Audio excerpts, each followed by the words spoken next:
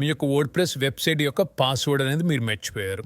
ఇక్కడ మీకు forgot password option అయితే ఉంటది. కాకపోతే ఈమెయిల్ ఐడీ కూడా మీరు ఇన్‌స్టాల్ చేసుకునేటప్పుడు రాంగ్ ఈమెయిల్ ఐడీ ఇచ్చారు. రాంగ్ ఈమెయిల్ ఐడీ ఇవ్వడం వల్ల ఏంటంటే మీకు వెరిఫికేషన్ లింక్స్ అదే రీసెట్ చేసే లింక్స్ అనేవి మీకు రాదు.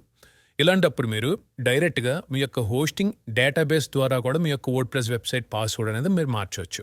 అది ఎలా అంటే ముందుగా మీరు మీ యొక్క వెబ్‌సైట్ అదే హోస్టింగ్ కంట్రోల్ ప్యానెల్ ఓపెన్ చేయండి. కంట్రోల్ ప్యానెల్ ఓపెన్ చేయాలంటే మీకు 2 వేస్ ఉన్నాయి. ఒకటి డైరెక్ట్‌గా సన్‌లైట్ హోస్ట్ వెబ్‌సైట్ ఓపెన్ చేసి క్లయింట్ ఏరియా క్లిక్ చేసి ఇక్కడ మీ యొక్క ఈమెయిల్ ఐడీ పాస్‌వర్డ్ ఎంటర్ చేసి లాగిన్ అవ్వండి. ఇక్కడ మీ యొక్క సర్వీసెస్ మీద క్లిక్ చేయండి. ఇక్కడ మీ యొక్క ప్లాన్ మీద సెలెక్ట్ చేసుకుని కిందకి స్క్రోల్ చేసి login to control area click చేస్తే ఆటోమేటిక్‌గా మీ యొక్క కంట్రోల్ ప్యానెల్‌లోకి ఎటువంటి యూజర్ నేమ్ పాస్‌వర్డ్ ఎంటర్ చేయకుండా కూడా మీరు లాగిన్ అవ్వచ్చు. లేదా డైరెక్ట్‌గా కంట్రోల్ ప్యానెల్ యూఆర్ఎల్ ఉంది కదా cp.sunlighthost.com దీన్ని క్లిక్ చేసినా సరే మీరు లాగిన్ అవ్వచ్చు.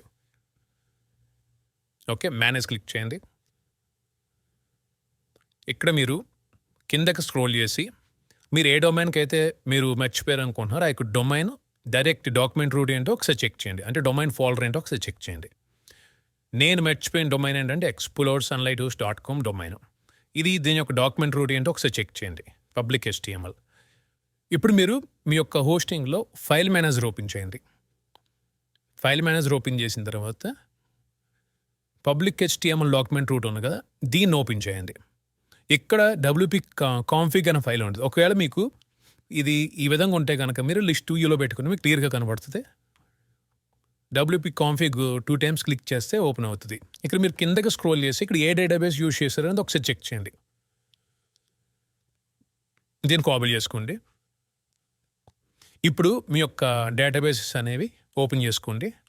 కిందకి స్క్రోల్ చేసి ఇక్కడ డేటాబేస్ అని ఉంటుంది. ఈ ఐకాన్ క్లిక్ చేస్తే మీరు క్రియేట్ చేసిన అంటే మీ యొక్క వెబ్సైట్ మొత్తం డేటాబేస్ అన్నీ ఇక్కడ డిస్ప్లే అవుతాయి. ఇందుట్లో మీ డేటాబేస్ ఏదనేది ఇక్కడ ఐడెంటిఫై చేయాలి. ఇక్కడ మీ యొక్క కీబోర్డ్లో control R command F click చేస్తే ఇలా సెర్చ్ ఆప్షన్ అయితే ఓపెన్ అయ్యింది. ఇక్కడ మీరు ఇందాక కాపీ చేసుకుని పేస్ట్ చేస్తే డేటాబేస్ అనేది ఇక్కడ చూపిస్తుంది. లేదంటే కనుక మీరు డైరెక్ట్గా లాస్ట్ 3 నెంబర్స్ గుర్తుపెట్టుకుని 13E ఓకే. దీన్ని మీరు ఇక్కడ ఆప్షన్స్ క్లిక్ చేసి సైన్ ఇన్ క్లిక్ చేయండి.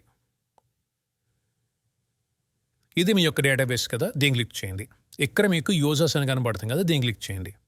ఇక్కడ మీకు మీ యొక్క యూజర్ ఉంది కదా అడ్మిన్ యూజర్ ఇది ఎడిట్ క్లిక్ చేయండి. క్లిక్ చేసిన తర్వాత ఇక్కడ మీరు పాస్వర్డ్ అయితే చేంజ్ చేయాలి. అండ్ పాస్వర్డ్ చేంజ్ చేసేటప్పుడు జాగ్రత్తగా గమనించండి. ఇక్కడ ఎన్క్రిప్షన్ అనేది MD5లో పెట్టాలి. MD5 ఇక్కడ నేను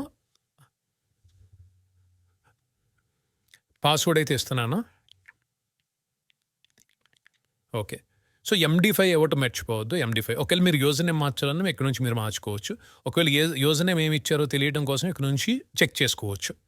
పాస్వర్డ్ మార్చేటప్పుడు మాత్రం ఇక్కడ MD5 ఇవ్వాలి గుర్తుపెట్టుకోండి. మిగతా వాడికి అవసరం లేదు. ఓన్లీ పాస్వర్డ్ వరకే. పాస్వర్డ్ మీరు మార్చేటప్పుడు మాత్రమే. కిందకి స్క్రోల్ చేసి గో క్లిక్ చేయండి. ఇప్పుడు నా యొక్క పాస్వర్డ్ ఏంటో నాకు తెలుసు కదా. యూజర్ నేమ్ వచ్చేసరికి సన్లైట్, పాస్వర్డ్ వచ్చేసరికి నేను పెట్టుకున్నది TEST@123 అని పెట్టాను నేను. అది ఇప్పుడు లాగిన్ క్లిక్ చేస్తే లాగిన్ అవుతుంది. ఈ విధంగా మీ యొక్క డాష్బోర్డ్కి అనేది మీరు లాగిన్ అవ్వచ్చు. అంటే ఒకవేళ పాస్వర్డ్ మీరు మర్చిపోతే కనుక డైరెక్ట్గా మీ యొక్క డేటాబేస్ నుంచి మీ యొక్క పాస్వర్డ్ అనేది ఇక్కడ నుంచి ఎడిట్ క్లిక్ చేసి మీరు మార్చుకోవచ్చు.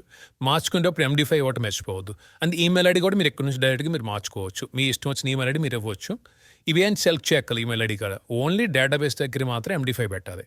ఈమెయిల్ ఐడి మార్చుకోవచ్చు, యూజర్ నేమ్ మార్చుకోవచ్చు, మీ ఇష్టం. ఇక సేవ్ చేసి గో క్లిక్ చేస్తే ఆటోమేటిక్గా సేవ్ అవుతుంది.